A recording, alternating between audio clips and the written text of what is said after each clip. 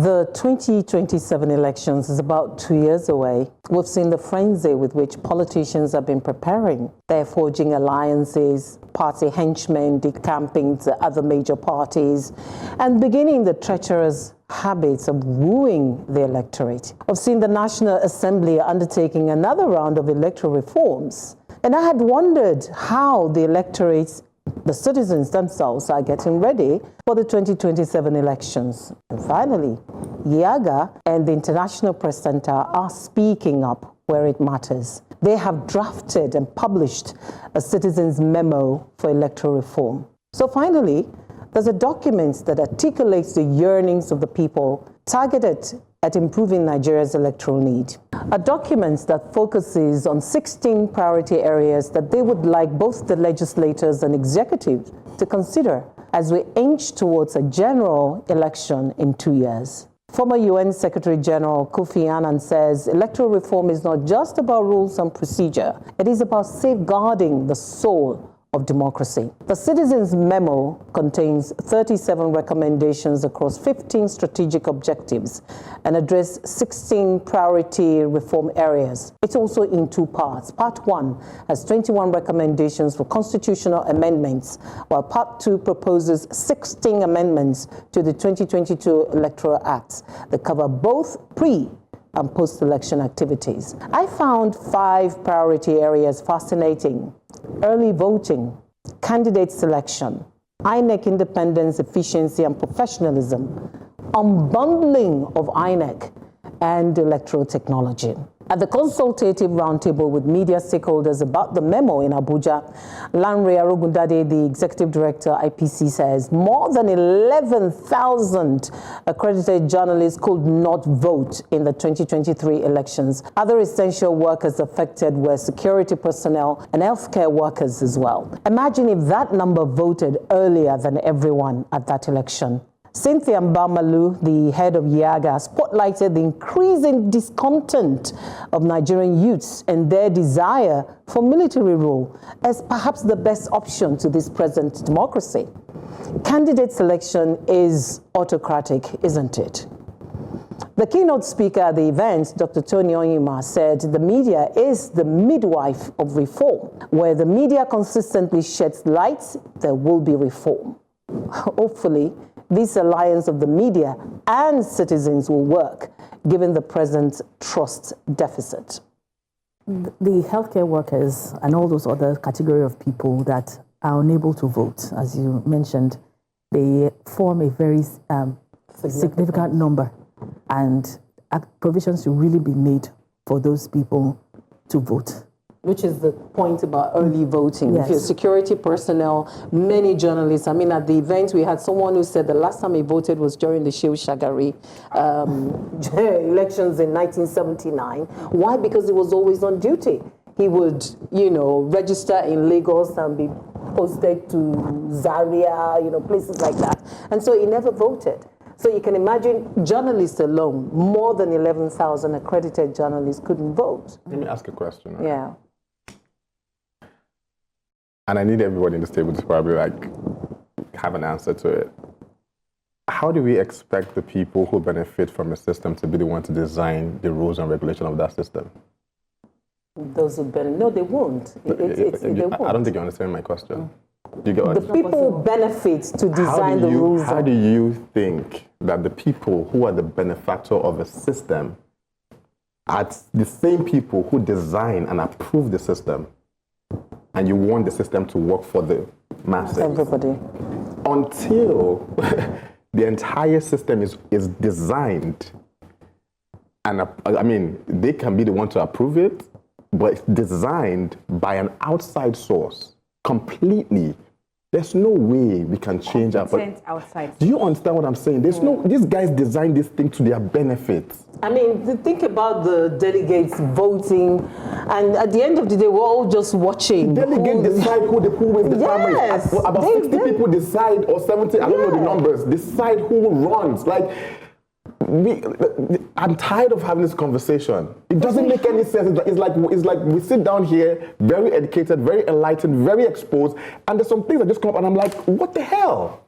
I can understand his frustration. I'm done. Because while I was writing my advocacy, he was the one on my mind. In fact, I almost added one line that Bryce would always say, and then I'm like, okay, let me just leave it. I didn't know he was going to be on as well, right? So I can understand the frustration because you're saying things over and over again. And like I always say on this table, you begin to sound like you are the one that now have issues, like you don't understand what's going on. But I mean, these 5 priorities that you have, for me, for you, again, I haven't seen the full document, but these are really fascinating for me as well, especially this INEC independence. Yes. Imagine that there's independence in INEC, but you are still saying there has to be independence. Yeah, because they're saying the INEC should be removed. Of course.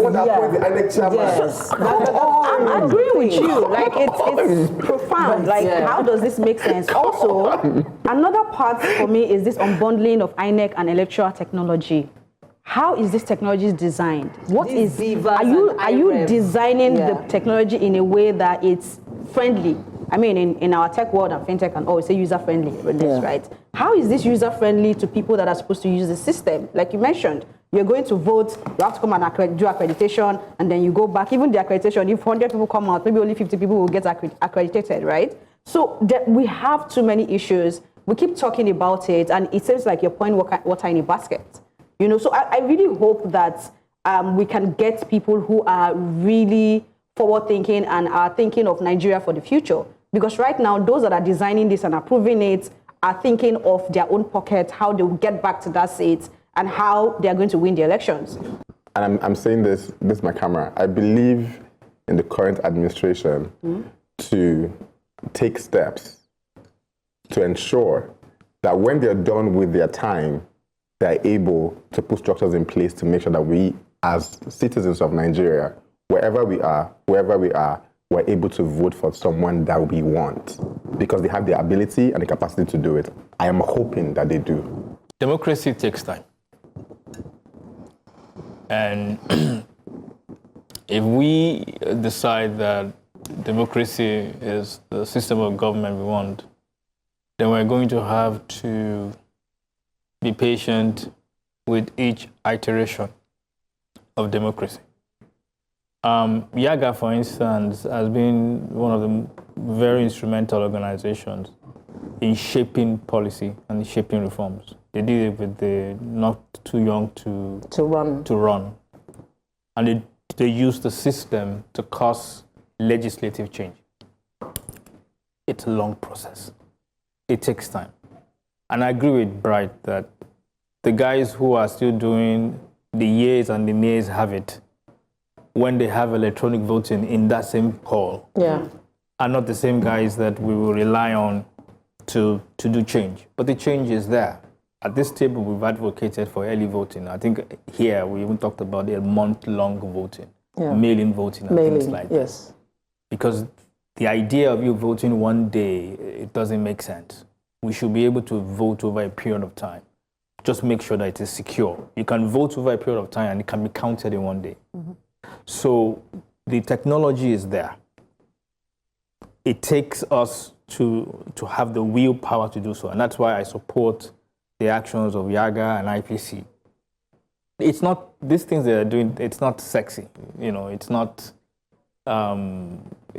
aggressive, but it's the system of democracy that we have.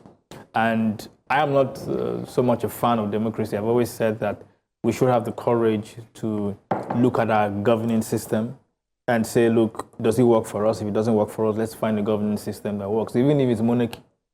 If it's monarchy that works, or somebody will say benevolent dictatorship, that's fine. But as far as we know, the regions in this country, I've said, is democracy that we want. We have to go through the slow process. We're going to have to go through that process. It's painfully slow, but that's the only thing we have.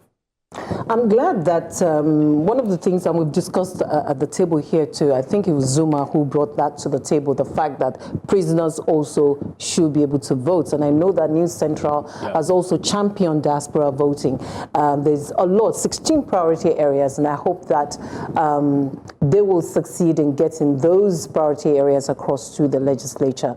And now is the time. History is made by those who aren't afraid to play their part with the cards that are dealt to them. Unless history repeats itself, we must actively frame the narrative to reflect our true identity. It starts in our classroom.